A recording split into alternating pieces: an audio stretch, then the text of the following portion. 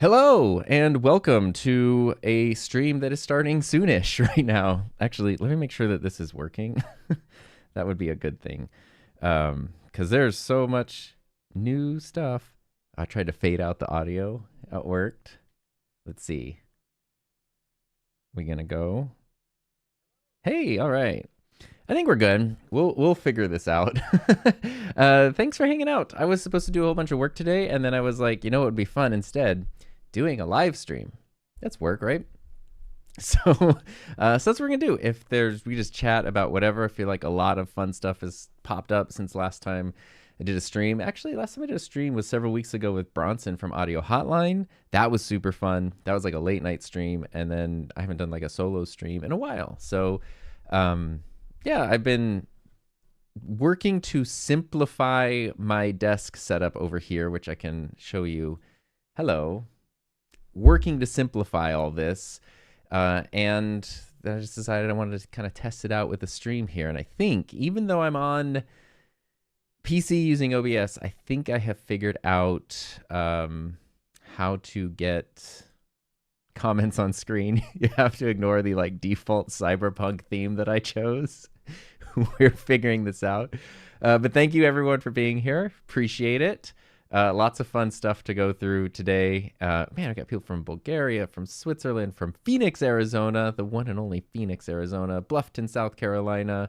Of course, we got Florida, and we've got rainy California, reigning supreme. So we're just going to talk about whatever.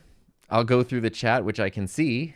That's nice. That's very important. And yeah, we'll talk about computers, talk about streaming gear, talk about new stuff that has popped up, and all that kind of fun stuff. So that's what we're going to be doing. You can put a Q colon in front of your question, but I don't have a way to search it up since I'm not using Ecamm today. It's very, very hard for me not to want to just go running back to Ecamm right away, but I am really I'm having a lot of fun actually digging into OBS. So let's jump into what I'm using to stream, actually. Let's start there, and then I'll go through and talk about some of the questions. So I do have my OBSBot Tail 2 over here, which I forgot to adjust any of the settings on, so it's just fully auto right now. But I figured that'd be fun, and then I can zoom out and stuff right here. So I have been simplifying my desk setup over here, which I was thinking of doing a video on, because the problem I had was I had a lot of stuff that felt, I don't know the way to put it. Solutions in search of problems. And like a lot of stuff I felt like I should be using. I had my Mac Mini over here, then I got the PC, then I had like multiple capture cards, multiple switchers, audio things, stream decks, all this stuff, and it became a mess of cables under there, a mess of confusion anytime I wanted to do anything. And since a couple months ago, I got my PC over here, which, let me see, I can, that's not the PC. Sorry, I'm controlling this one-handed. There we go. This right here, as if you don't need my nose in the frame.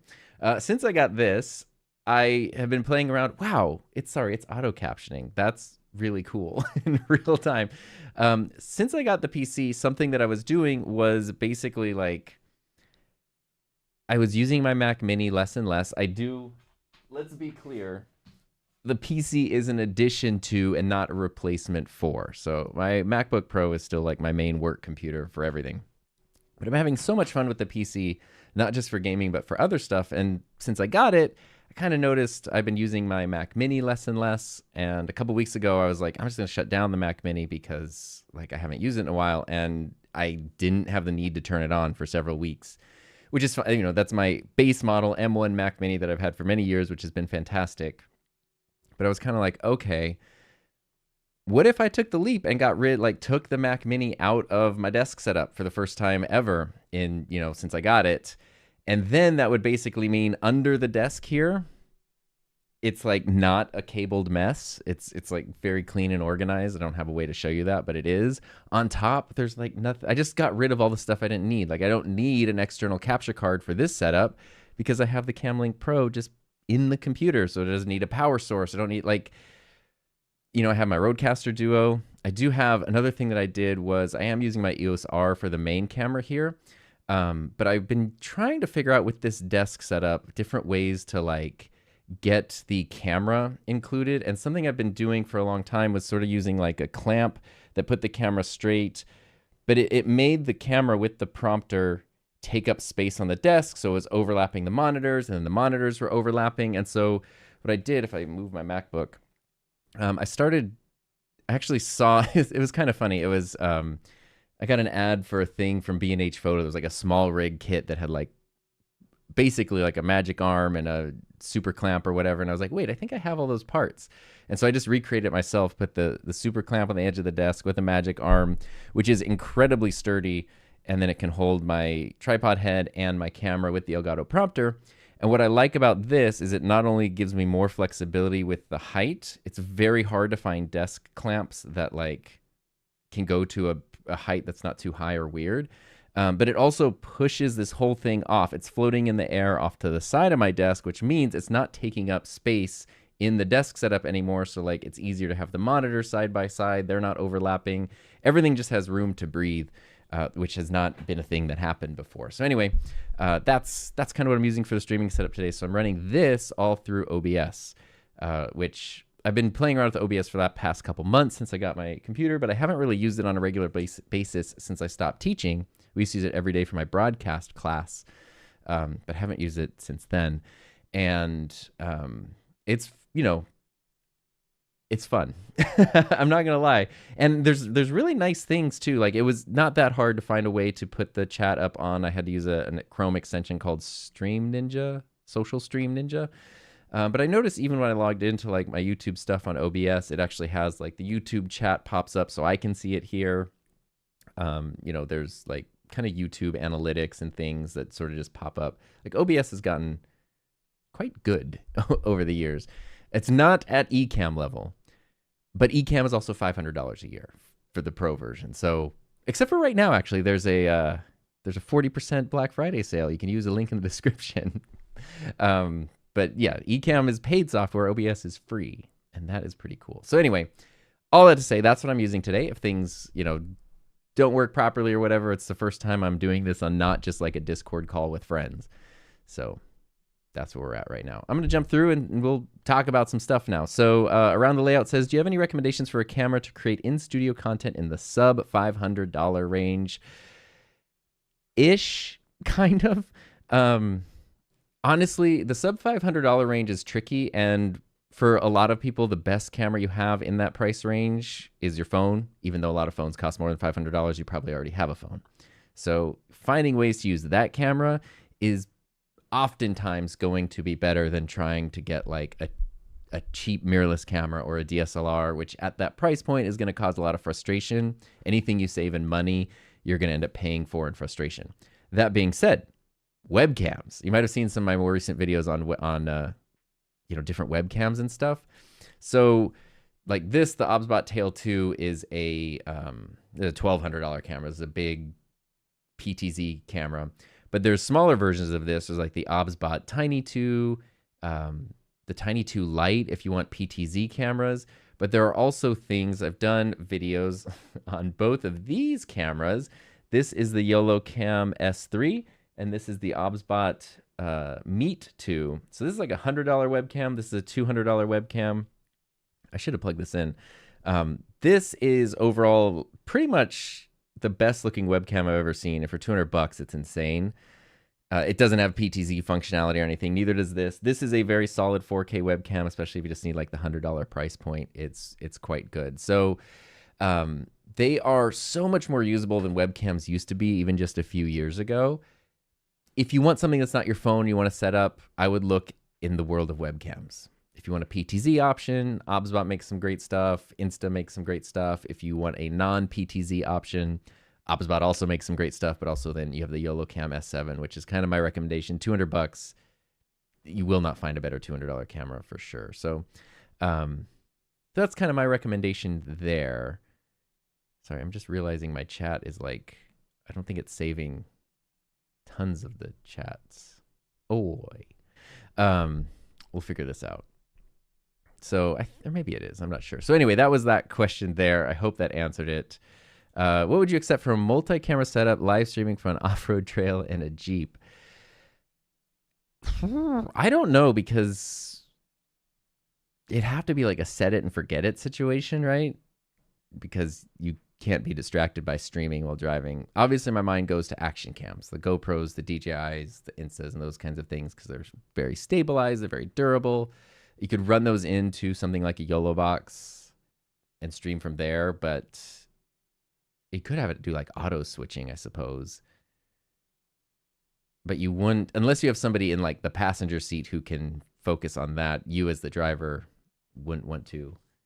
Recording multicam is easy. You set up a bunch of action cameras. Streaming multicam, maybe someone else here might know.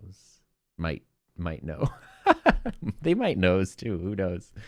Gen Xer as the M4 Mac Mini. My M1, the base model, like it's still up until this stream, and anytime you see me use my MacBook, that's the thing that's been doing all my podcasts, all my streaming, all everything since I got it when it was released. So like probably some of the best, whatever, $500-$600 I ever spent my life on that thing. It's amazing. And my main computer is still the M1 Max MacBook Pro, which works awesome. So it's been fun. It's been fun incorporating a PC and Windows, not to replace a Mac, but just to add into it. Mac has the OBSBot Meet SE, but in the gray color. I got the mint color just because it's fun. It's fun. What is the most convenient way to sell a camera? I've gotten quotes from okay. Yeah, you'll always get the most money if you sell it yourself. So Facebook Marketplace, Craigslist. The problem is those are like, it's such a nightmare. I'm willing to sacrifice the amount of money you could make for the like convenience of not having to deal with like the parade of weirdos that you encounter when dealing with those sites. eBay obviously works, but eBay fees can be kind of ridiculous. mpb.com is where I've sent a few things in the past. They've been pretty good. Their quotes have been nice and accurate. One time they even paid me more than they quoted because the thing was in better condition than they expected. So that's pretty cool. B&H has a used program. I haven't used that. I have used Adorama's, and I don't recommend it at all because they were so insanely high pressure. I completely feel like I got ripped off, and I shouldn't have agreed to the sale. It was with my second EOS R that I used to have when I was trying to like fund my switch over to Sony cameras. They made this whole thing about how like I don't know, like this guy got on the phone and was so aggressive, and like I don't even know, like he used every sleazy sales tactic in the book on me. Which shouldn't have worked, but he was like such an expert sales manipulator that it completely worked, and I end up selling the camera and a lens for like way less than I ever should have accepted. And he made up this whole BS about like, oh, they're going to be sold as a kit and blah blah blah. And I was like, wait. I'm selling you an EOS R, which is an RF mount, and an EF lens. Why would you put those in a kit? Those are two different systems. I'm using them because I have an adapter. But you, as the reseller, there's no reason those should be paired together. You would sell those separately, which of course they did because I saw them on the listing, and I don't know. All that to say, don't use Adorama's trade-in. They are a complete ripoff. Yeah. And I've told that to them as well. So I have no problem saying that. They're just not great. Where'd you get that clamp that's holding the main camera prompter? I got those from B&H, but you can get them anywhere. You can get them on Amazon or whatever, and you don't have to get these ones. These are Impact. Yeah, these are both Impact. This is called a super clamp, and this is a magic arm. They come under different brand names. The cool thing about these is they're just incredibly strong. Like, I don't know. I mean, my camera's moving, but you can see like it's not going anywhere with the weight of all this stuff on it, plus me like hitting it. You know, they work really, really well. What I like is there's a little part, I don't know if you can see it. God, the tail too. I really love being able to like change my shot. You probably can't. Maybe if I shine a light, you'll be able to see it a little better. There's this insert right here. So the shape of the clamp can go on round objects like poles and stuff, but it can also, you put in this little insert and then it can be used on a flat surface. And I think that is super, super cool. I haven't like, to me, that adds a ton of versatility, and I should show you. I can swing the camera around while I'm not on that shot so I don't make everybody dizzy. Let me Oh, really? I went to like the maximum range of the camera. I'm reframing on my Tail 2 over here. Because I have a lot of these super clamps that I've used for different things over the years. So it was just kind of nice, and I was like, oh yeah, I saw an ad and realized I have that thing already. So I do have a Varipole, sometimes called, actually no, I have an auto pole, sometimes called a Varipole over here. That's just going from floor to ceiling. And I have a number of these clamps here. So I have like one that's holding a light that's just kind of like a fill light in the room. And it has like an attachment to kind of hold more light things. I have another one that's holding a monitor. No, the monitor's clamped on its own. What the heck are these holding? Why am I confused? Actually, oh, that one's not holding anything. This top one is holding a light. This middle one doesn't have anything in it. But the reason I have it is because I have a C-stand extension that I can put in there, and then it comes. I'm pointing like you can see it, but the little hole that's right there in the middle. I can put a C-stand extension in there, and then it becomes like an overhead cam, which is cool. It's like an arm that sticks out, and then I have my little monitor on an iFootage thing there. So I use these things a lot. Yeah, that's the only ones that I have currently. If I can go into the closet over here, that's kind of the maximum reach of the OBSBot, but you can sort of see a few clamps that are just sort of sitting over there, kind of ready to go, which is very, very fun. So,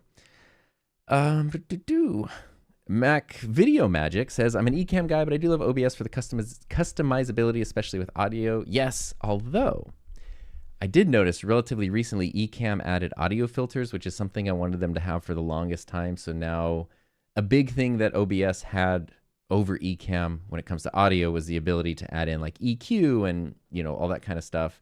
And now you can do the same thing with Ecamm, which is cool. So if you're not using a Rodecaster, like I'm just doing all that in the Rodecaster, I don't have to worry about it in the computer.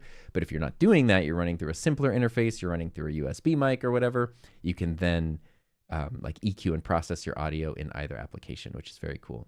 I'm noticing the chat thing I'm doing is putting every comment up twice on my screen. Interesting. Tech Troublemaker, what's up? Revamping my Talking Head studio. Any recommendations? I have the gear already, so it's just reorganizing. Sigma 16, you have to remind me what camera you're using, Roy. Sigma 16, this is actually a 35 millimeter because I'm using my EOS R. This desk setup, I like it to be set up all the time. So my EOS R dedicated here with my Canon 35, those are just set up here. My 24 that I normally use in all my like videos and stuff, that's pretty much the equivalent. 24 full frame, 16 millimeter crop sensor, are pretty equivalent. So I like the 16, but you have to remind me what camera you're using and kind of what you're going for. Like, do you want a multicam setup? That sort of thing. Yeah. There's also Meld, a new free OBS competition. Interesting. I'll have to check that out. Do you recommend Windows or Mac for editing in Premiere Pro? I haven't used Premiere in years and years and years, but Adobe stuff works on both, so you could do either. I don't know that there's a benefit or performance increase on one or the other, really, especially if you're using new-ish computers like any M-series Mac or any relatively new-ish PC. Yeah, there's that. Oh, yeah, Gil, you're right. Going back to our thing with cameras, talking about the learning curve, that's also a thing, too, if you're doing a studio setup. Webcam, just plug and play. I'm guessing this is what Gil was talking about. Ooh, there's a membership thing that... Oh, because you're a member, it does this fancy bouncy thing? That's cool. Have you used OBS on a Mac without crashing? Yes, I have. When I was teaching, I used to use OBS every single day because we did a live broadcast every single day, and that just ran off of an iMac. I wanted to use Ecamm, but like getting the school to do like subscription payment, it's like impossible. OBS was free. I could install it right away and we could use it. We use it every single day for years and years and years. Actually, they're still using it. They probably did a broadcast today and still works. So there we go. Mr. Robbie, what's up? Are you getting the newer Elgato prompter? What I wanted to do, so Elgato has a new prompter that is big. So the current one, let me go back over here. The current Elgato prompter, hoping auto exposure to the rescue, is like a 9-inch screen, which actually works quite well as long as you're not too far away from it. And the new one, it has a more robust build quality. Oh, you know what I can do? Check this out. Can do this, I think. Hello. There we go. Boom. See? Easy peasy. Because I keep pointing at things and I'm not on screen. This is mostly plastic. The new Elgato prompter is a little more robust. You can kind of see here, which I don't mind for a lot of my lenses. It's fine to have the prompter hanging off the lens, but if you have lenses where the front element moves, or you want the lens to zoom in or out, having the prompter hang doesn't really work. So the new prompter is better for having the camera can actually rest on its platform. And the biggest deal is it's a 15-inch display instead of a 9-inch display. So what I was actually going to do before I revamped my desk setup was I have my wife's old monitor here. This is my LG 34-inch that I've had forever. And then this is a 27-inch. It only has one input. It has like a damaged second input, so she couldn't use it in her office anymore, so I like commandeered it. And what I was going to do is actually put the bigger prompter here and use that as a second display. But now this setup is sort of perfect. So I'm still interested in the new prompter, but it's not as much of a need as it was. I'm curious about it. I'm interested in it. I signed up to be on like the pre-order list or whatever. Yeah, so we'll see how that goes. Is there a standalone wireless receiver option from Rode for the Interview Pro? No, you can pair it to existing ones like the Wireless Pro and stuff, but you can't I don't think you can just buy the receiver separate, unfortunately. I see a couple super chats, so I want to thank people for that. Batch code 5065. When someone catches your ear, does your signal lean towards bright, high, smooth, mid? Oh, that's good.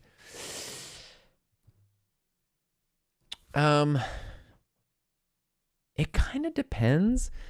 I think it's funny, like I don't use a ton of compression on my audio because for some reason I have a hard time getting it to sound like I want it. But I've noticed a lot of times when other people catch my ear, their audio, they kind of have like really used their compressor to even things out in a way that sounds super pleasant. So that's definitely something I've noticed. And then Roy, thank you so much for the super chat. Appreciate it. Using the ZV-E10 and the Tiny 2. Perfect. I have too much in the background, I think, so I want to simplify. Yeah, so that's it's basically like a version of the same setup I'm using here. Like, right, your main camera here, and then the Tiny 2 is like a secondary camera. I think that's actually perfect. Had too much in the background, want to simplify. Simplifying is good. I mean, that's all just personal preference. I know your setup has looked quite good for a while. So I wish I had more specific advice, but I like this type of setup for a simple live stream, which is like have my main camera, and then I like having the secondary camera be a PTZ camera that I can like move around and show stuff. That has just been like very, very helpful, I have found. And that sounds like the same basic setup you can put together with what you've got, which is cool.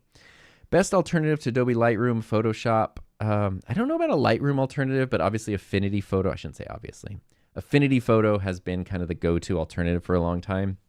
They did just get purchased by Canva recently, which initially sounds good because all of the Affinity stuff, which previously had been like $40 or $50 for a lifetime license, which is super worth it, is now totally free. But obviously people are a little bit sus because it sounds too good to be true, and then being purchased by Canva, which is leaning very hard into a bunch of AI stuff. Like, is Canva going to ruin Affinity is sort of the question. And I don't know. Only time will tell. Like you have a lot of microphones. How do you keep them from collecting dust since they're hanging on your wall all the time? Yeah, that's a great question. I do what you do, and I've got the microfiber cloth that I use. I got lots of mics here. I also, cans of compressed air regularly. And then I also do have this drawer. I don't know if I can show you, but this drawer, I have a lot of mics in here as well. They're not really showing up great on that camera. But yeah, I just use compressed air and cloths and dust them. It's kind of like the guitars on the wall back here. Like, the guitars would be cleaner if I kept each one in a nice case or a gig bag, but like, it's really nice to be able to see them. And it makes me happy to see them, and I get a lot more joy out of them, even if I'm not using them all the time. So that's what I use right there. What am I using for the comments? I literally just this morning prior to the stream installed a Chrome extension called Social Stream Ninja. which is free. They also do have a standalone, like a desktop app, but I just went with the Chrome extension. And I can customize it more, but I was like, I didn't want to spend like hours and hours doing that. I wanted to just get in and be able to stream. So I just chose the Cyberpunk thing. But you can customize everything. What's really cool about this, what I like, having used Ecamm Live for many, many years, I trust Ecamm, so I connect my YouTube account to Ecamm. I go through there. I was very nervous about, and Ecamm has built-in chat pop-up stuff.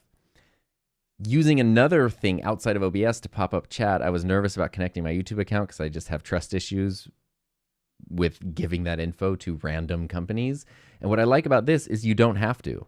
It's kind of interesting. Like you basically you kind of paste some URLs into your OBS, and then you just go to a live stream and pop out the live chat, and it then becomes the chat that you can add to your thing. So you can, like, I could go to anyone live streaming now and their chat would pop up here and I could pop up their comments, but it's not actually connected to the channel. It's just connected to the stream URL, which is actually very, very cool.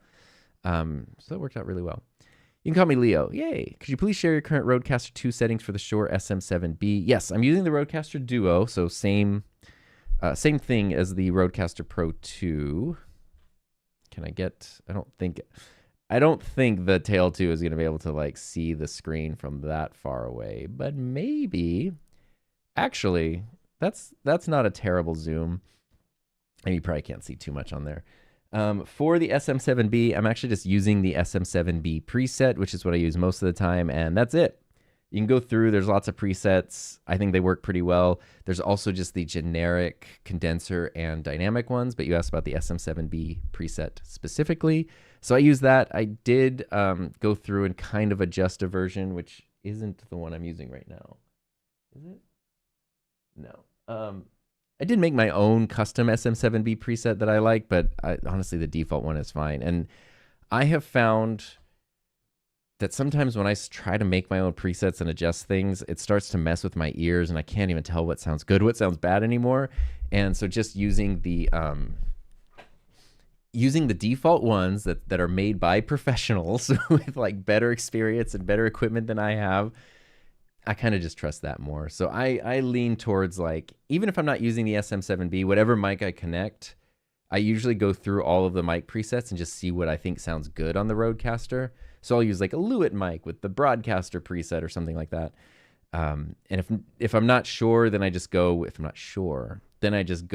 the like generic condenser or dynamic mic settings. And those work well for like 99.9% of the time. It works out really well. Did you try Wavelink 3.0? No, actually don't know what that is. My dear chat, send love for our host. Yes, indeed. Ecamm is a bit slow to drop advanced features. I like them though. Ecamm, like, they do tons of updates, but so a good example would be like isolated video recording. Ecamm released isolated audio recording a long time ago, and then people were clamoring for isolated video recording, and Ecamm took a while to do it. Part of that is because they want it to be done well. Like, Ecamm is a relatively small team. Like, the founders of the company, it's founded by two brothers. They're the ones who do like a lot of the coding and the developing. Like, it's a very like grassroots, which I love. But they're also very particular and I can't think of the right word.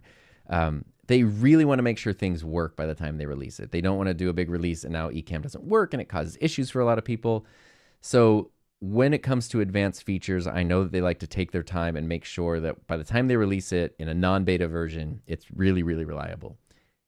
Sometimes that has to do with more than just their side of things.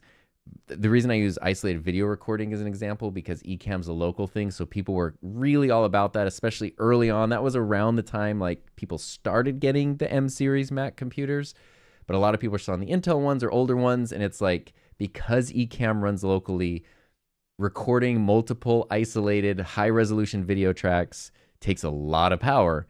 And so even though the application could handle it well, not everybody's computer could handle it well. And so a lot of people, it was a thing they thought they really wanted. As soon as they started trying to do it, it's like their computers exploded, you know? So they kind of had to wait until people understood that more, and computer, you know, once the M series computer showed up and became more affordable and more manageable, it kind of just worked out. Actually, speaking of computers, I want to open up my task manager here to see if I can, just to see how my computer's handling us. I've not done a stream like this. Dang, I'm doing good. All right. Temperatures are good. Anyway, so yeah, so the thing with Ecamm is, you know, by the time they release something, it's pretty darn reliable. Stop and Think Now says, with the proliferation of equipment and constant upgrading and the cost of keeping up with these advancements, what are your thoughts on enough and enough enjoy what you have? Truer now more than ever. Like, it kind of goes the same thing. So like I put out a video yesterday about upgrading my phone. I am not someone who upgrades. I upgrade my phone when I need to. Typically, that's every 3 or 4 years, is just what it has been in the past. By the time either the phone stops working right or there is a decent enough upgrade. And that's fine with me. Like, I'm not someone who needs a new phone every year. There are people who are really into phones and they want every new version and every iteration and stuff. So when it comes to gear and equipment, if you have that enthusiast thing where you're just interested in it, like I have that. I like gear, and fortunately through YouTube, like I have the chance to review and check stuff out and provide feedback for stuff like more than I would if I didn't do YouTube. So that's really fun. Super not necessary though. Like my main cameras, the FX3, the A7S3, those are 5-year-old cameras. Previously, like they came out in 2020. If you were using a 2015 mirrorless camera in 2020, oh my God, you're dealing with image quality issues, overheating issues, poor battery life, like bad autofocus, like issue upon issue upon issue. Using a 5-year-old camera in 2025, no issues. Like they're great. I don't know. I'm sure the new versions will have new features that are nice and stuff, but like there's nothing else I need. So a lot of it is more curiosity than necessity, which is great because it means you can stick with what you have a lot longer. You can get better results from lower level gear a lot longer, which is why I've been so interested in like webcams and stuff this year, just because they're not trying to be mirrorless cameras anymore. They're bringing really interesting features at really good price points. And I think that's just awesome. Max can try OBS again this week. Your M3 has to handle it well, I would think. Does not have multicam, but co-host out of state.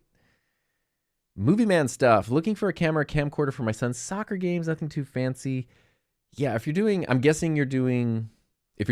for a camcorder, I'm guessing it's for video. So something with a good zoom. The Sony ZV-E10. It's a solid mirrorless camera. The kit lens doesn't zoom super far for like sports and stuff, so you would need to get some other, you could probably get like a, I don't know, whatever like Sony's cheapest big telephoto lens is. I don't remember off the top of my head. I know Canon has like the 55 to 250 and stuff.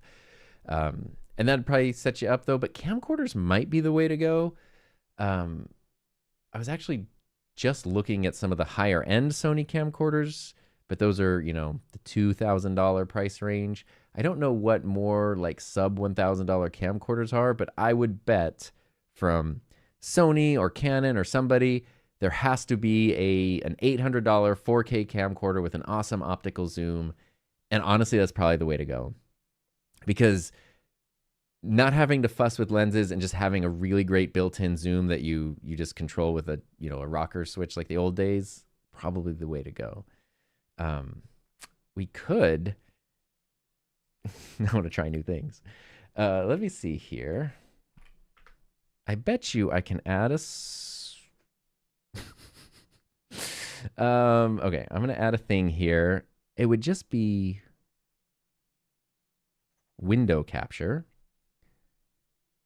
I'm going to call this Chrome. I want to do some shopping right now, so that's what we're going to select a window. B&H. Hey, look at that. There we go. Look at that. I can figure things out. And here's what we'll do. Actually, look at this. I'm going to copy this and then actually delete it from this scene. Yes. We're going to make a new scene and we're going to call this scene browser. I did not spell that correctly. My childhood dog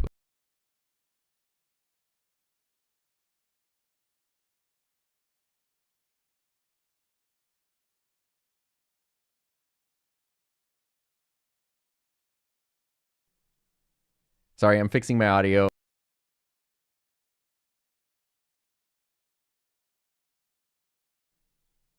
Okay, I've got audio back. Now we're going to add a window. Boom, boom, boom, boom. Here we go. We got browser window, skadoosh. And then we've got video capture source, add existing. Boom, and there we go. Look at that. Look at that. We built a scene from scratch. We only lost signal for a second. But I wanted to see here, actually. I wanted to go to, like, let's go. Oh, sorry, I'm clicking on the wrong thing. Can I move this over and it doesn't mess up? Yes, let's go to camcorders. Let's go to consumer camcorders. Let's do video resolution. Let's stick with 4K. And let's do price low to high. Okay. There's the two don't, unless you just want to experiment for funsies, don't play with the like $200 camcorders. Go down, like find, okay. You know what? Let's actually stick with brand. We're going to do Sony, Canon, Panasonic. Yeah. Oh yeah, Canon has these weird vlog cameras. Okay. Beyond the budget. Actually, we're coming up on holiday sales, so maybe it'll be a holiday sale. But here's a 4K Panasonic camcorder that has 20 times optical zoom. That's pretty sweet. See, something like this, super small, super compact. I don't know if I would say this specific model, because obviously I haven't used this. I literally just found out it exists right now. Something like that is where I would say to go. That was fun putting that scene together. It's cool that the Rode presets are that reliable. I ended up making similar low mid cuts on everything. I'm starting to just think it's my ears. Once I start adjusting stuff with my audio, same thing when I do like color grading. I almost have to step away for a while and come back because stuff gets weird. What makes you use the Duo over the Streamer X? That's a great question. Especially if you just want single audio source and 4K video. There's no reason, you know, the Streamer X is the perfect thing for that. I love the physical faders of the Duo. And a lot of times too, I do a lot of like the virtual routing. So when I'm, you know, I will have like game audio going through one channel, browser audio, system audio, Discord, my own mic. So like I like being able to just have the manual sliders for everything. And the Streamer X has the same audio processing inside, but it does not have the manual control and manual sliders and stuff. So that's why I go over the Duo. Hi, Jazra J. Hi. How do you enjoy the editing process? My footage is IRL content, so deciding the best sequence and how each clip fits together for clear storytelling is, yes, time-consuming, trial and error, you're right. I love editing. That's why I sometimes get very sad when a lot of times, if you ever listen to like the YouTube advice channels, sometimes things people say, first thing is like, get someone to be your editor. And I'm like, don't do that. Like, maybe for some people, having someone else edit your videos is the way to go. But like, I equate that to like, you want to make a painting. So you go to a canvas, you take a pencil, you kind of sketch out a basic drawing, and then you give somebody else your paints, your brushes, your colors, all that stuff, and have them do the painting. Like, that's where it comes together. And yeah, I don't know. To me, the editing can be very time consuming, can be very stressful, but it's so fun. And there's so much creative problem solving and doing like IRL content. You know, once you have a flow, like a typical review video for me is there's a pretty simple flow there. So filming those, editing those, like I've got a system down. But when you're doing something like that, every video is so different because you have different footage and different setup. And to me, that's like so much fun. Yeah, so that's just so much fun. I appreciate you responding. Gentleman Brian, what a gentleman. To my email about a shotgun mic, I'm a teacher, what to do. Yeah, I hope that was helpful. This does keep cutting off. Maybe I need to like extend it more. Huh, that's weird. Sorry, we're learning about extensions over here. Bought the MV7i after watching a review here in Brazil. The SM7B is a little cheaper than the MV7i. That's crazy. Should I get the DB on the future as a second mic? Get the DB if you have an interface, you're running it through something that Oh wait, you would probably run it through the MV7i, right? What is, I can't remember the MV7i. I don't remember how much gain the MV7i has. 60 decibels a gain. Okay. The DB would be a better mic to run than the regular SM7B, even though you can run the SM7B through the MV7i. Those are a lot of numbers. It could be a cool thing if you can afford it. If you don't know if you're unclear what we're talking about, here's my MV7i right here. This looks like a regular, Shure MV7 style microphone, but what's very cool, here, we go back to our, what did I do? Oh, here it is. I have all these different scenes that I didn't have before now. What you have, though, is this is basically a USB microphone. So you need to connect it to your computer through USB. You have headphone monitoring. This, which normally looks like what you would see on a USB XLR combo mic, says input. So this is actually where you connect another mic. This is a microphone that is an audio interface. So what you can do then is you have this connected to your computer and you connect another mic to this, and that's how you do like a two-person podcast essentially, which is very, very cool. So that's the mic that you're talking about there. I guess we'll just set this over here for now. Oh, wait, now it's blocking my chat. I'm going to put it away. I'll be a good boy and stay organized. There we go. That way I don't have to clean up as much stuff later. Hopefully my focus comes back. There it goes. Handheld Shure SM7B versus MV7X for an interview podcast. Handheld, which I know is insane. The MV7X is okay with like handling noise rejection. The SM7B is absolutely magical when it comes to reducing handling noise. So I would go for the SM7B or SM7DB. No question asked. Like, that's the way to go. It is crazy. I have a couple of videos where I use the SM7B as a handheld wireless mic, and it's a joke because that's not how that mic is intended to be used. But as soon as I actually put it together, it like works so well. It's insane. Actually, it's this one right here. I mean, I can move this around. It just does not pick up handling noise like other mics do.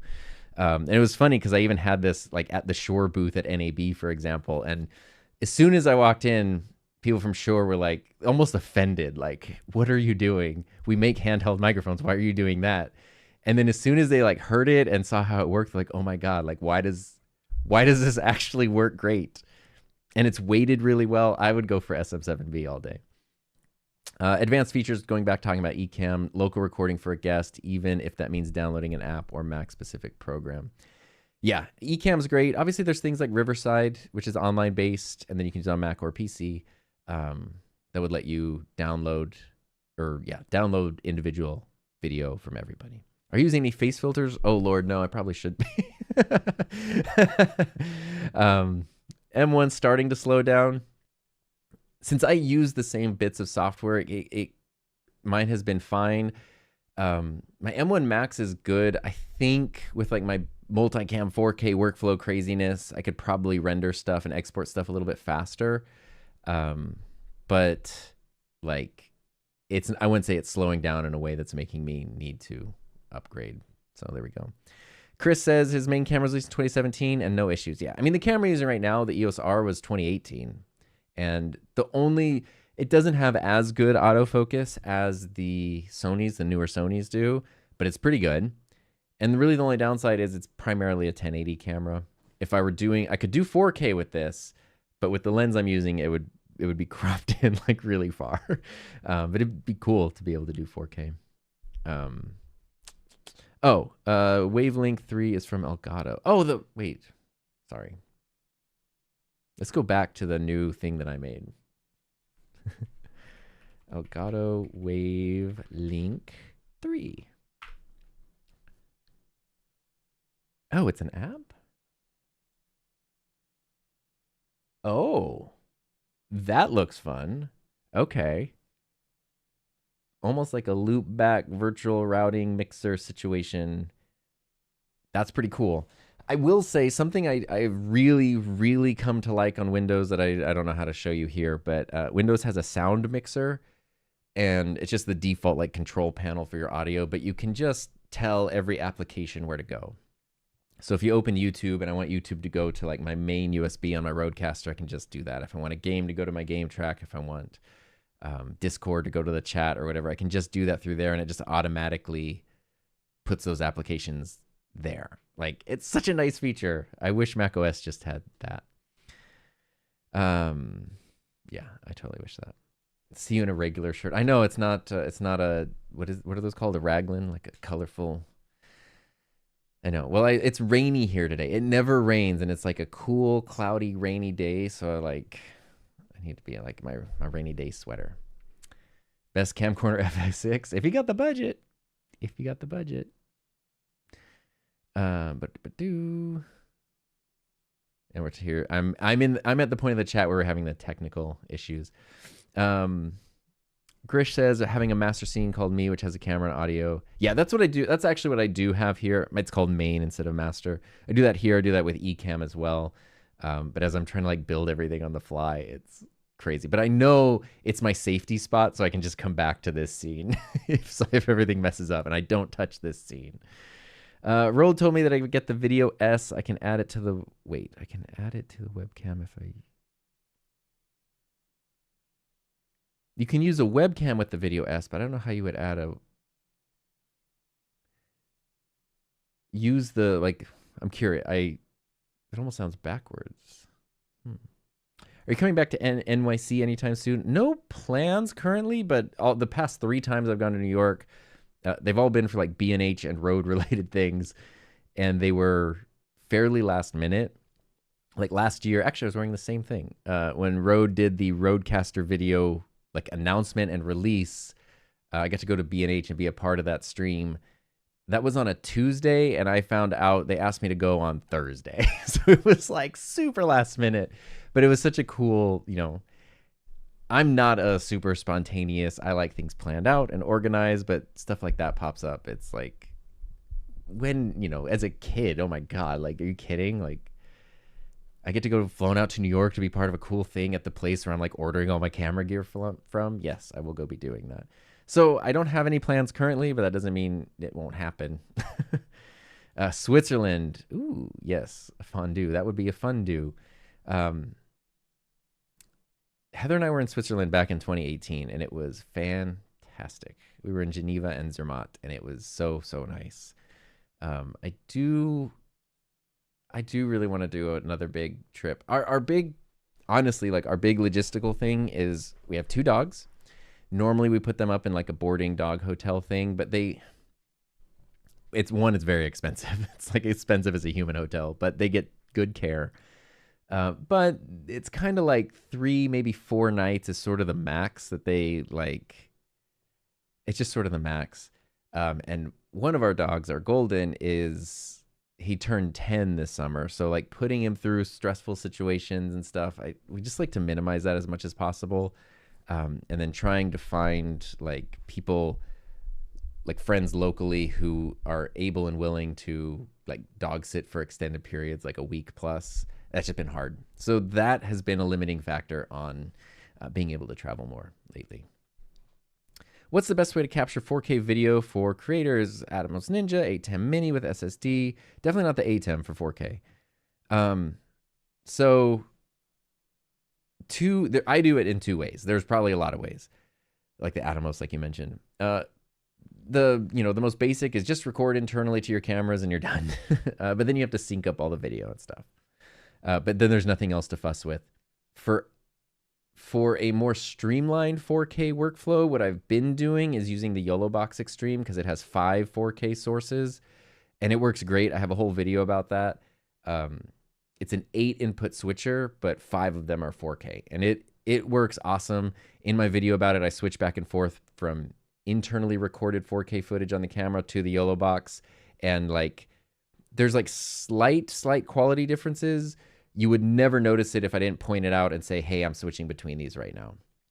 So for at least what I do, all intents and purposes, it's every bit as good as recording internally in the camera. And then it makes things very fast and very easy. The only downside to that is that you can't currently adjust colors within the YOLO Box. So if I'm using like all my Sony cameras, it's not a problem because it's super easy. Like I can drag that output program file into Final Cut and just throw a preset on and I'm done. But if I'm mixing other cameras, like even here, this is a Canon camera. mixed with the OBSBot, you can see the colors, like you can kind of see my skin tones, they're different. And so mixing those together is tricky. Yeah, there's not a way. I would love, and I'm hoping they can do this in a future update, where like you can add color adjustments to individual sources within the YOLO box, and then literally I wouldn't have to do any adjustments once I am done recording. I am using to do this stream, I'm using the Elgato Camlink Pro, which is the capture card in the PC. So I could run that through OBS like I'm doing right now and record this way. But I've been using the YOLO box for all my multicam 4K recording. I know you can do it with an Atomos as well, because that's like what they're known for. But I just don't have one. I had one at my old job, and I never got into it. I don't know. Calm down, Rich. Calm down. Do you still recommend the Focusrite Vocaster 1? Under $40? Yes, absolutely. The Vocaster 1 and 2 are fantastic. The 1 has 1 input. The 2 has 2 inputs. They are fantastic interfaces because they have a lot of gain. They have, I think it's 70, maybe 75 decibels of clean gain. So that means you can run SM7Bs with no boosters and stuff through them. They're also one of the few audio interfaces that have dedicated 3.5 millimeter outputs, specifically labeled for cameras. So if you just want to run an aux cable basically into your camera, and then you have, a very easy way to get XLR microphones into pretty much any camera that has a mic input. Very few interfaces make that easy, and those ones do. Under $40, it's a no-brainer. That's insane. Do you have a Seni 416? I do not. I've rented it and borrowed it, and I've done video comparisons with it and reviews and stuff, but I have the MKH50, so that's the one I really like. But I know tons of people love the 416 as well. Do you record pre or post fader? I do post fader, which I know potentially limits flexibility, because if I mess up, it's baked in. But it also just is a time saver for me. So that's what I do. I bought the Vifine K688, but want to be able to use the XLR functionality. I'm not a streamer or a YouTuber podcaster. You have suggestions for a mixer? Well, that Vocaster 1, under $40, absolutely the way to go. Yeah, that's what I would recommend. The SM7B at NAB was awesome. That was so much fun. And the looks that we were getting, because I was hanging out a lot with Heather, my wife, and Bronson from Audio Hotline. We were kind of just walking around, and it's like the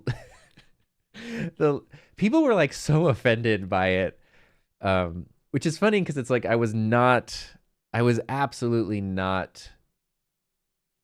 I was doing that because it was a stupid thing to do. Like, it just seemed so ridiculous. And then it worked so well that I have used it non-ironically several times since then. And I have seen other people doing it on, like, I've seen like some viral reels and TikToks and things, like person on the street interview stuff, where people are using like handheld wireless SM7Bs. And I'm like, I can't help but think you had to have seen the video, and like, it does work. Gen Xer was going to use Riverside for podcasts since the co-host is remote, but the customization is minimal. Yeah, Ecamm, if you want maximum control, maximum customization, Ecamm's the way to go for sure. Especially for multi-person stuff, because you can have 10 guests, I think it is. StreamYard's good too. Same with Riverside. StreamYard's good too, but it's more limited and stuff, yeah. What's up, beautiful people? What up? Video on the Rodecaster S was fantastic, which is so funny because I almost bought it, but have decided against it. So I'm hoping that I can get one to test out, although I think I don't know what there is really to test, because it's basically the same as the Rodecaster video that I have. Rode was really nice. They were like, hey, we're releasing this thing. They were literally like, we have 2 available review units for the United States. Would you like one? And I was like, that is such an incredibly nice thing to, you have 2, and I'm one of the 2 people. But I was like, I never like to guarantee a video in exchange for products. Like, if a company wants to send something, I will happily give them feedback, but I will only make a video about the thing if I want to. I would definitely want to make a video about the Rodecaster Video S, but it was the thing of like, this is coming out in 4 days, and life has been insane lately, and there was no way that not only would I not have been able to put a video together in time, but like, I definitely didn't want to like throw that stress, and then I just didn't want to deal with it. And I was like, send that to someone who will be able to do that and get the use out of it, which is cool because they're way more helpful videos that were made when it actually came out. And it's so funny because then I was like, I'll just share my thoughts on it. And of course, the video that's like me sharing my thoughts almost unedited, is like one of the best performing videos in months. And the videos that I'm like, I will spend weeks on this and craft it. It's like YouTube's like, you sure you want to still do this? You should probably quit. But I'm glad that video worked really well. Thinks use the Rodecaster as a webcam. Yes. When you connect it, it's like any of the other switchers. When you connect it as a USB-C source to your computer, it will show up as basically a webcam, which is it's why on any of the switchers, the ATEMs, the Rodecasters, whatever, you can't break out the individual sources. Like here in this scene, for example, this is the same capture card. This is the OBS is running through HDMI 2, and then the EOS R is running through HDMI 1 on the Elgato Camlink Pro, which is in here. Each of those sources, the computer is seeing as its own source because it's connected through the PCIe slot directly to the motherboard. It can transfer tons of info. Over USB, basically like transferring the info of all the different sources is tough. So all the switchers just show up as the computer thinks it's a webcam, even though it's a multi-input switcher. The computer thinks like it's a webcam. Are you using studio mode? I'm actually not using studio mode because I just have the big window here. Let me see. Oh, you know what? I should do studio mode. Yeah, that would make sense because then I can put the scene together and then make it active. But you know what? It's kind of fun to see it done live. But yeah, studio mode would have saved the day. Suggested Rode need to create a call me service for video. Yes, this is such a requested feature. It has to be on their radar. I have zero information about whether it is or isn't. My thoughts on this, which are just my thoughts, Call Me, which is their service that lets you bring in guests to the Rodecast, the audio Rodecasters. It's pretty cool because you get 10 free hours a month. If you need more than that, you can pay for a subscription. But 10 hours a month is a lot. If you do a 1 to 2 hour podcast a week, you don't need to pay for more than that. But they did not develop their licensing. From what I understand, they're licensing the service from an existing company. I forget what the company is called. So to do that with video, keeping in mind video makes everything more complicated, they would essentially have to license the tech from another company or do it from the ground up themselves, which will take a lot of time and resources. So video just makes things more complicated. I think that's why they haven't done it yet. How am I inserting? I mentioned this a minute ago, but that was a while ago. I'm using a Chrome extension called Social Stream Ninja, which is free. And it seems to be working great. I need to customize things a little bit more, but it seems to work great. What's the best way to get audio inputs into the Rodecaster Video S? I mean, the 2 XLR inputs are the best way. If you want to go beyond that, connecting a Rodecaster, either the Duo or the Pro, through USB, and then you now can break out all the individual inputs. So I could assign like input 2 on my Rodecaster Duo to HDMI 4 or HDMI 3 on the Rodecaster Video S, for example, and I could pair those together. Initially, you could only connect the Rodecaster through USB, and the whole thing would just be an audio source, kind of like the switchers are just a webcam source. But now you can break them down, which is super cool because that adds so much flexibility into that workflow. Oh, the Rode thing. Sorry. I will be right back because I want to show you something.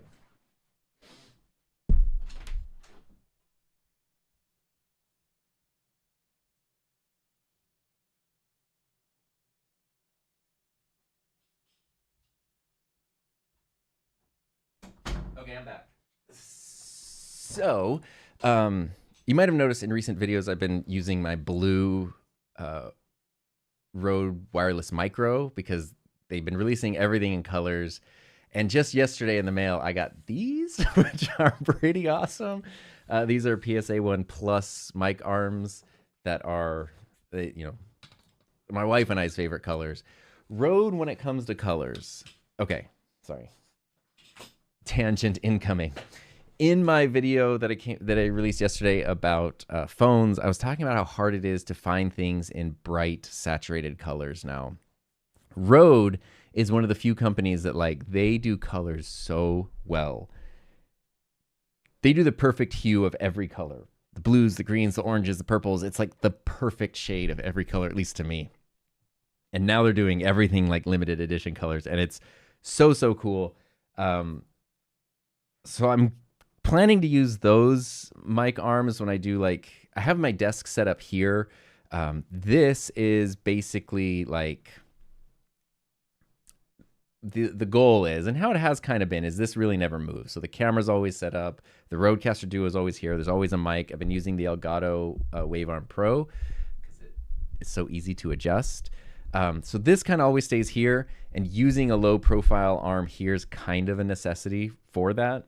You know, if I had these, I was trying to play with it, and then I had it mounted where I'm supposed to, and I put the mic here. It ends up kind of getting in the way of the camera a bit more. But what I do for a lot of videos is I set up, depending on what the video needs, I sort of do little, every time I make a video, I do like a different setup for that video. So that's when I'll use like my full-size Rodecaster or the Rodecaster Video or whatever, and I'll plan to use those arms for that. It'd be awesome if Rode one day came out with a low-profile arm and came out with low-profile arms in really good colors. That'd be so cool. Transcendent guitar. Using Ecamm with an M4 Mac Mini, I have a lot of things plugged into it, like a Rodecaster Pro 2. My webcam input limited to the number of you. If you use a really good powered Thunderbolt hub, like the CalDigit makes a good one.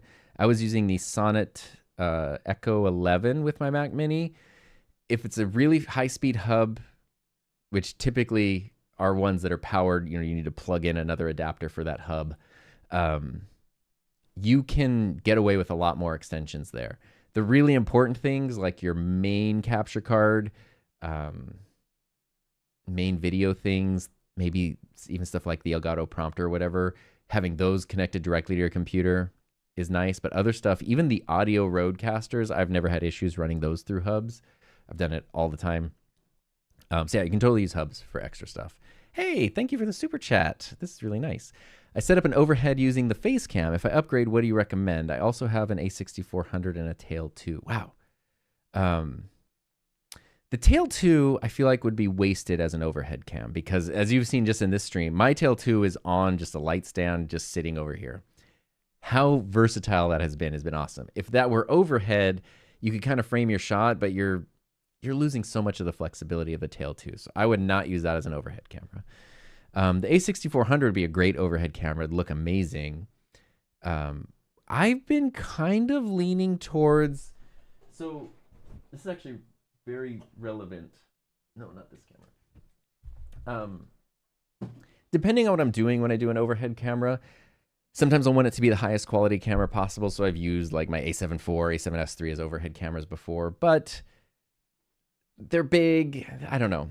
So the camera that I've been using a lot for the past 2 years, maybe more than anything else, has been the Sony ZV-1F because it's just a simple little point and shoot camera. And this has kind of been a great overhead camera. The colors are very easy to match to my other Sony cameras. But more recently, I have been using like the YoloCam S3 as an overhead camera a lot, and it has worked really, really well. Especially if you want it lightweight, where you have yours on the mic arm. Putting a heavy mirrorless camera and stuff can be tricky, but putting a little webcam is good. I'm literally in the process of outlining a video since oh, check this out. This is something I'm really happy about. In my video about my my phone, I mentioned that I didn't know if I was going to trade in my... What is this? Oh, that's the bottom of the camera itself. The camera's seeing itself. Look at this little organizer thing I got. I think it's here. Look at oh, you can barely see it, but I got these little organizers for phones because my iPhone 14 Pro, which I upgraded from, I decided not to trade it in because it does have a really good camera. And for like $20, you can get the official NDI app, which I bought like years ago. So this, I'm in the process of outlining a video about using either your current, but more practically using old phones with decent cameras as like overhead cameras and secondary angles for streams and stuff. Especially through NDI, I can just mount this and then there's no wires. It just goes straight into OBS or Ecamm or whatever. I think that's really cool. So I've been leaning a lot towards overhead cameras being small, lightweight. You don't really need it to be PTZ. Just put a camera on like a ball head, or if you're using the mic arm, you already kind of have one with the Elgato. That's what I would recommend. Some simple webcam. Vocaster 2 is $70 now. That's insane. And you have a Micro Center. We don't have a Micro Center. They just opened a Micro Center. That's insane. Wow. Okay. Topic Live has a nice ring to it. I'm 35,000 feet in the air. That's crazy. James, why streaming from a PC? For fun, for funsies, because I got my PC for gaming, and it's just been fun to... Obviously, it leads into other things. How does OBS work? How does streaming work? So now it's like, let's try a stream on it. At what point is a camera just too old? It depends on your needs. Like, you know, in today, so it depends on your needs. The thing needs. You said old, and I thought of needs. In today's world, I would think of stuff like autofocus. So, you know, do you need good autofocus? Does your camera have good autofocus? Then resolution. Do you need 4K? Does your camera do 4K? Then reliability, maybe not in that order. You know, do you want to use 4K but are using a camera that's going to overheat after 5 minutes, which was a thing that happened not that long ago. That kind of stuff. So as soon as there's like a limitation of the camera, it's not letting you do what you need to do, then it's too old. Like, you know, I have my wonderful old camcorders and stuff, which are awesome and work great, but like, unless I'm going for the vibe of a standard definition 480p video, you know, they're not, even though they power on and they work, they are typically too old for what I want to do. But if a camera works and does the things you need to do, it's cool. I really recommend, actually, if you haven't seen Gerald Undone's like studio tours series, they're really, really good. I recommend going and checking out the one he did with a channel called Gamers Nexus, which is, speaking of PCs, like a PC building spec sheet review channel. And they're a big channel, a couple million subscribers. Like, it's a big channel. And Gerald goes through their whole setup, which is a really like pro level operation. But what caught me most surprised with that was that they're definitely, despite the quality of their videos, the size of their channel, they're not using the latest and greatest gear. And they've done a great job of, every time they've upgraded a camera, whatever the current one is, still has a home somewhere. So they're using, in some cases, very old cameras for like top-down shots, secondary angles, second setup main cameras. It's really cool. And it really shows like you don't need the latest and greatest to do great stuff. I'm using OBS today. Ecamm is Mac only, so there we go. What's up, PBW Media from the UK? For video game streaming and a multi-camera setup, do you recommend a capture card for the PC or something like the Rodecaster Video? You could do either way. So it depends on, and I'm new to the PC world, so maybe don't take this as like gospel. It depends on if you want an all-in-one, right? Because what you could have like your game running on a PC that is then running into a capture card into your Mac for Ecamm Live. So you have one computer that's actually doing the stream and one computer that's actually running the game. Or you have one computer that's doing everything if it's powerful enough, which is just, you know, there's a million variables that affect that. And then you can, you know, do gaming and capture card and stuff through that, which that's what I've been doing for fun over here, because I have the Elgato Camlink Pro in my PC. And it, like, this is a 5-year-old PC using a 6-year-old GPU, the 2070, and a 6-year-old CPU. And it handles the 4K capture. It handles that fine. It handles 1440 gaming fine. It probably would not handle 4K gaming, but I'm not doing that, so that's okay. Yeah. Oh, Luke, I'm sorry if I skipped you. New software stuff is not always showing up, so I apologize for that. I'm hoping it shows up. If it doesn't, just copy and paste the message and I will get to it. The thing that I I'm getting slight notifications with super chats, but it's not like Ecamm where there's like a tab and it's super easy. Unless, what are some of these things down here? Filter for messages. Oh, wow, there is a filter. Oh, no. Oh, no. No filter. Now what did I do? I just want to see everybody. Now I can't see anything. Oh, Lord. Okay, I had to turn it off. That didn't work. Sorry. I'll keep an eye out for a paste of your message, Luke. Ska? Yeah, pick it up. Let's go. Are you streaming now with the YOLO Live S3? I'm not using it now, although there's no reason I'm not using it today. Is it less sharp or less detailed? It's lost at times. To me, the S3 is like wildly impressive, and I typically use it in very low light conditions, and it has worked super well. Do you have any videos on addressing color grading ProRes RAW and Final Cut Pro? I don't. I don't use raw footage. I don't use ProRes. I don't use any of that stuff. I've played around with it a little bit, but I don't. So I'm definitely not the person to ask. But maybe somebody here has good recommendations for the more pro-level video color correction, color grading workflows. What got you into the love of audio? That's a good question because I really like audio. Like I like music. I like audio. I think it's really fun. But I also really love video. The thing I noticed, though, is that audio it's the easiest way to level up your video, and it's the most often overlooked thing. It's the easiest thing to overlook. People want to get a good camera. They want to get a good lens. They want to do cool lighting and cool setups, and they will just overlook their audio like crazy. Good audio will make things look so much better, way faster than you believe, and especially so I like reminding people of that, and especially now with like the Focusrite being under $70 for the 2-channel and $40 for the single is amazing. And like USB mics being 20 or 30 bucks, you can actually get a decent USB mic. Like, and wireless systems, you know, like everyone can have good wireless, like good audio now is just expected. Even if you're doing like Instagram Reels or just a simple TikTok or whatever, like everybody has good audio, and it's so cool. So I just love that. Mark, what's up, Mark? Love that you're doing this. Trying. I've actually had fewer technical faffs than I would have expected. How do I get the best audio out of my SM7DB? Depends what you're running it through. So a little bit of EQ, high, mids, and lows, kind of adjusting that for your voice is good. A little bit of light compression, that'll usually get you 90% of the way there.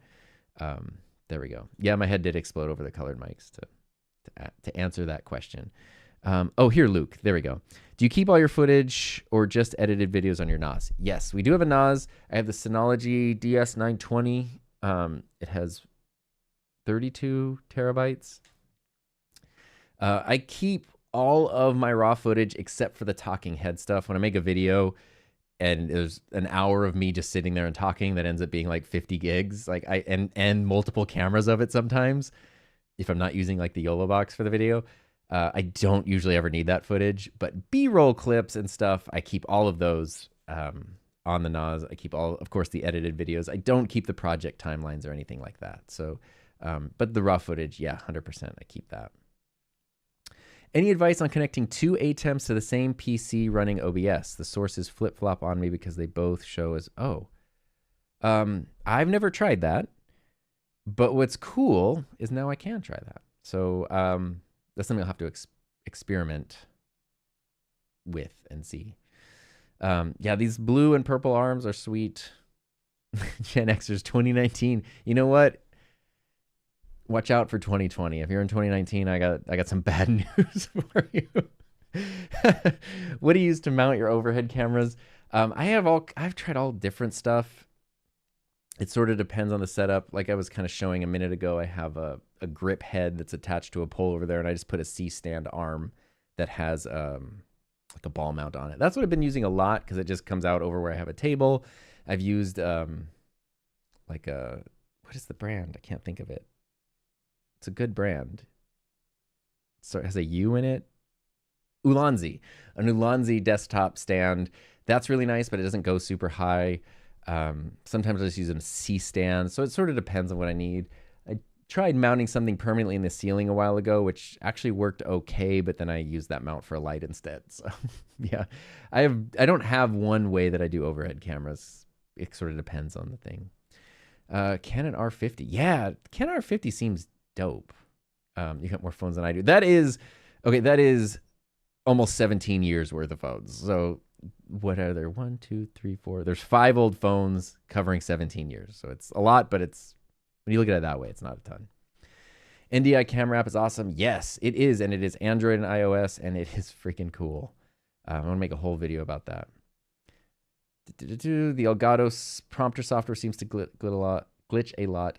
It's not perfect. Like, I love the Elgato prompter, and sometimes people mistake that for me saying it's perfect, which it is not. But having used so many prompters I first used a teleprompter like professionally at a TV station in 2001. So going from that to different versions of professional, prosumer, and consumer level prompters, I can confidently say the Elgato is the best one. And it's not even close. Same with their software. You would not believe how terrible professional prompter software is. Like, you spend thousands upon thousands of dollars on prompters, and the software is horrific. Elgato software, not perfect, but all things considered, especially the prompter's like a $280 prompter, it is the best that there is. There's room for improvement by far, but like, it's so good. Yeah, there's a Micro Center in Tustin. That's probably the closest one to me. Man, I would love it if they did that. I like how you sound on the SM7B. Don't use Adobe Podcast, sound better on this. Well, yeah, doing this, I don't need to use like the enhanced speech with this setup because it's being processed with the Rodecaster, the mic's right in front of my face. When I'm using like a lavalier microphone, or I'm using an overhead mic that's picking up more of the room reflections, that's where I like to use a little bit of the Adobe stuff, because it helps it sound more like this. Even though I literally just stick a random mic to my chest, or the mic's feet away from me. Thank you. And Luke, again, I'm sorry I didn't see that, but glad I got your question there. Yeah, I do use Final Cut. I do have a preset. Around the time I was doing like the NAB video with the wireless SM7B, I was playing around with like shooting in log, editing raw footage and stuff, which was super fun. And you can kind of tell those talking head videos around that era look a little different, but like, it's so quick and easy to just not do that. That's what I do. It might be different if I was doing something for other people versus just myself, you know? Yeah. What are you using for lower thirds? It is Epic. Yeah, it is. They have so many different things. It is Social Stream Ninja, and it's free, which is very, very cool. Just want to say thanks for your free course on Final Cut Pro. Wasn't it? Yeah. I'm glad that helpful. Maybe that was helpful. I'm glad that helpful. Let's go over to the browser actually, because this is a thing. I'm going to go to my own website. We're going to do some shameful self-promotion right now. I've had 3 courses for a while now. I've had 2 podcasting courses and a Final Cut Pro editing course. Recently, for a number of reasons, I have decided to move them all to YouTube, and they're all currently free on YouTube. So you can go to my channel, and there's a courses tab, and they're all just right here. Right now, if you ask me, what's the difference between a course and a playlist? It says course instead of playlist. But they're all free, and they're the full courses. And yeah, and that's pretty cool. And I'm super proud of them. I like them a lot. They have not been free in the past, and they are free now. And I'm super excited about that. And it was a pain to move them all over, but I did. So I hope they're helpful. I hope you find them helpful, and they're super cool. And my hope is that YouTube will add more course-specific features, specifically like the ability to attach files to videos. So like, you know, if I say like, here's a podcasting thing, here's my like episode outline template, instead of just having to do a Google Docs link in the description, I can literally just attach the template. Like, that kind of a thing would be really cool. And maybe like more community chat type stuff for the courses specifically. It would be nice if YouTube let you charge for courses. I'm not going to make those paid again, but that would be a thing that would probably encourage more people to do that. Logan's favorite mic I've showcased is still the Ethos. The Ethos is just so freaking good, Yeah, it's so good. I love the Ethos. Social Stream Ninja. Yeah, it's cool. And if you weren't here earlier when I talked about it, I installed it this morning, so I am not a pro. But you can customize everything. I just use one of the presets called Cyberpunk, and this is what it looks like. But you can get very granular with everything. But what I like about it is you don't have to connect it with your YouTube account. You basically install it in OBS, and then you go to a live stream and you pop out the chat, and that's the chat that starts popping up. There are filters here, but I've noticed like some messages are not getting through, some super chats are not totally getting through. So yeah. Hobbs, what's up? I saw you were streaming earlier today too. You've been streaming like every single day for ages, which is super cool. What mid-budget camcorder would you get for Sunday League Soccer? Sony NX800. I was gonna say the NX800 is really cool. The one we looked at a minute ago seems kind of awesome in terms of like mid-budget stuff. Let me see if I can go back and find it. It's not one that I've used, so I can't speak to it that way. But this one, the $900, you get 4K, 20 times optical zoom, and small compact form factor. I would stick with the Sony, a Canon, or a Panasonic when it comes to camcorders, just because they've been doing it for a while. They're pretty good at that. What's up, Mr. Camera Junkie? It's nice to see you here. Sorry, I got distracted thinking about something that I wanted to tell Mr. Camera Junkie that I can't remember what it was. Ryder 6B, what's up? Hope you're doing well. Setting up stream studio soon. Nice. Audio hotline. Hey, speak of the devil. We said his name 3 times and he appeared. Glad I got on. We'll definitely watch the entire replay. Thanks for doing this. Yeah. We've already been going for like a while, which is crazy. So yeah, I think it's probably about time to wrap up, because it's like past lunchtime for me. And I'm hungry. Let's see. It's easier not to color grade and use LUTs instead. Yeah, I do. I just use the default picture profile, and then I have a basic preset in Final Cut that like adjusts the words are hard, that adjusts the colors a little bit, the color and exposure, which works really well for filming in here, which is 90% of what I do is just in here. David said RE20 over the Ethos for him and loves Earthworks, their SR314. Yes. Then the MKH50 I'm normally on, though, is still the best. I love the 50. It's such a like, I dare say I'm almost taking it for granted. Granted. It's like granite? No. My brain is breaking right now. I take it for granted a little bit because it's like I'm looking over here because it's over here. It just gets the job done, and it's just so reliable. And like once I got that, it kind of just, I've had that for years now, and I stopped looking at like shotgun microphones or pencil condenser microphones because it's just so good. Are you streaming from Rodecaster Video or ATEM? None. I'm streaming from the Elgato Camlink Pro on my PC through OBS. All things I've not streamed with before, which is cool. Is there a way to add another XLR input into the Rodecaster Video? The only way would be to connect an audio Rodecaster, and then you can use those XLRs. You could, I shouldn't say that's the only way. I'm actually not sure if you can, I don't think you can connect other interfaces through USB. There's probably like a janky way to do it, but if you want something that's officially supported and sounds good, that's the way to do it. Ooh, how's time between the pipes going? Oh, it's good. It's good. Actually, let me see here. I don't want to like dox people, so I'm going to do this off camera real quick here. I want to look up my league for this season. Okay. I don't know the best way to do this.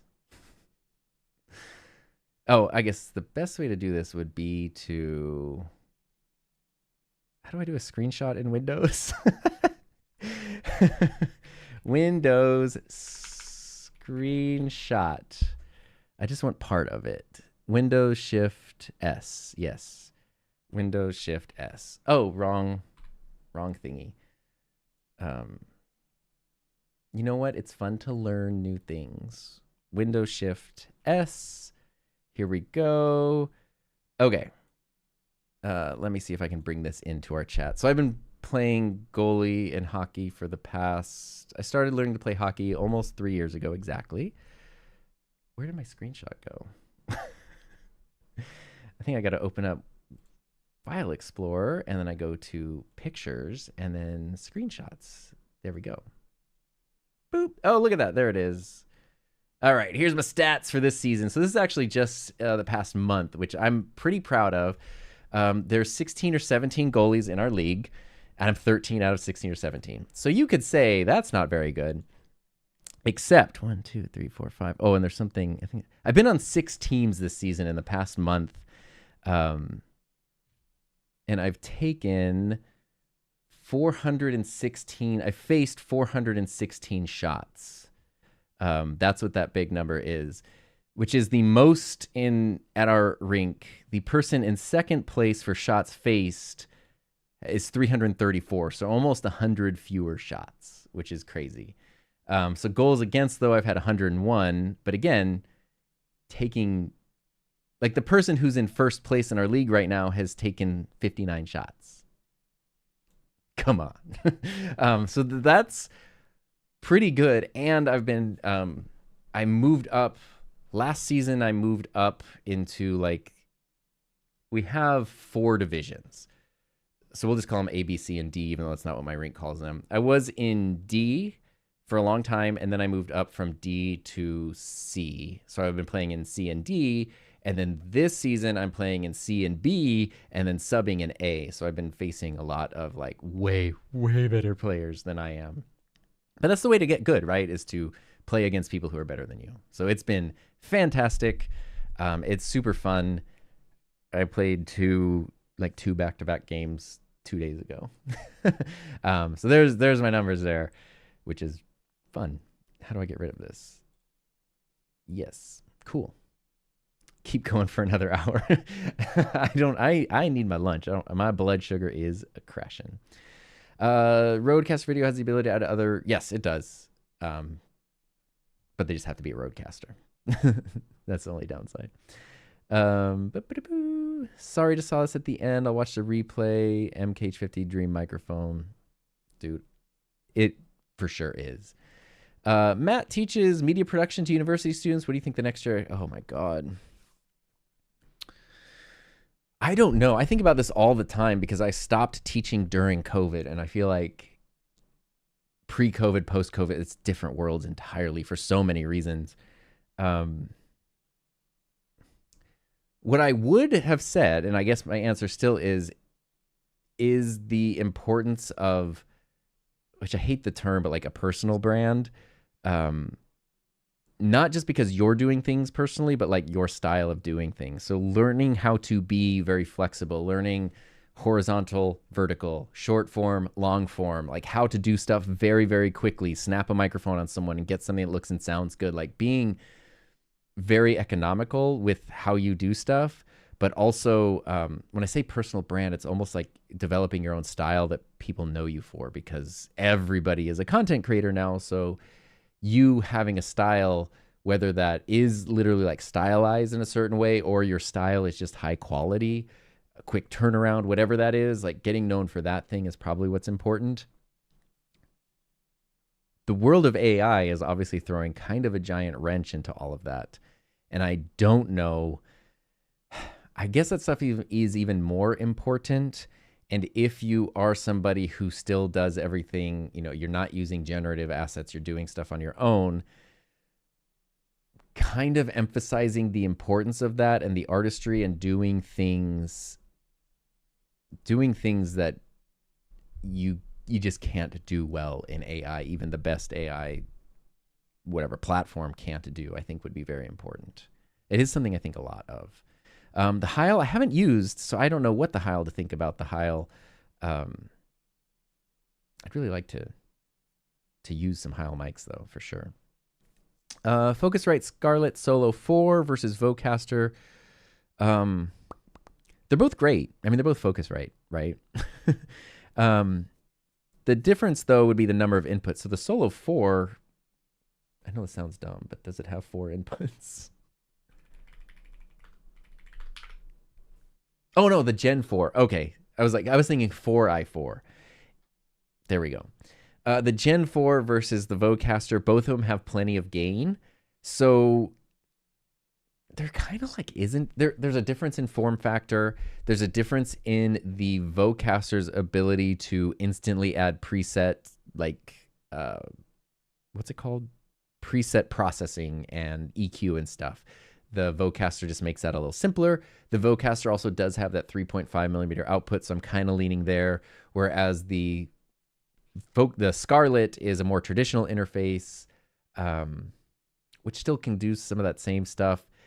Honestly, a lot of it kind of comes down to like, which do you like the look of? Which one fits on your desk setup better? Because they do have different, like the Vocaster has the inputs on the back. So if you're in a situation, let me pop up my desk here, which is just my phone drawer and my sock, my colorful sock. So if you're in a situation like this, right?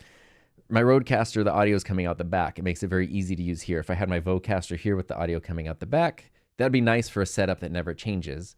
The Scarlett has the interfaces on the front. So if I was going to be changing things a lot, plugging in different mics, plugging in different interfaces, having the connections on the front makes a big difference. Beyond that, I think it would just be also what is cheaper, like which one is in your budget right now and which one's on sale. Get that one. Internally, I feel like they are identical. So the quality you're going to get is going to be kind of the same. I feel like. Oh, and then there's Bluetooth. The Vocaster has Bluetooth. I think that's the way to go. I don't know. I like it. I love the Vocaster. And it's like, I love the Scarletts too, though, honestly. The Vocaster, there's something very satisfying about like the way the knob feels, the way the buttons feel. It just kind of works. Anyway, yes, let's have lunch. Let's go have snacks. Let's do things like that. I appreciate everybody being here. Oh, you know what? I'm going to use studio mode to set up. Wait, how do I do this? Okay, I'm going to do studio mode to set up my outro here, which I can then do easily. Wow, that's so nice. Wow, that's crazy. So yeah. So anyway, appreciate everyone being here. I'm gonna let the outro play for a little bit just so we can all say goodbye in the chat. Thanks for all the help letting me figure out streaming with PC for the first time. Thanks for all the questions. Thanks for just showing up when I'm just like, it's a fun Friday and I want to do a stream at a random time. Thanks for being here so I'm not talking to myself the whole time. I appreciate it. Hope you all have a great day. Safe, happy, healthy, fun rest of your weekend. And I'll see you next time. Let me see if I can figure out studio mode.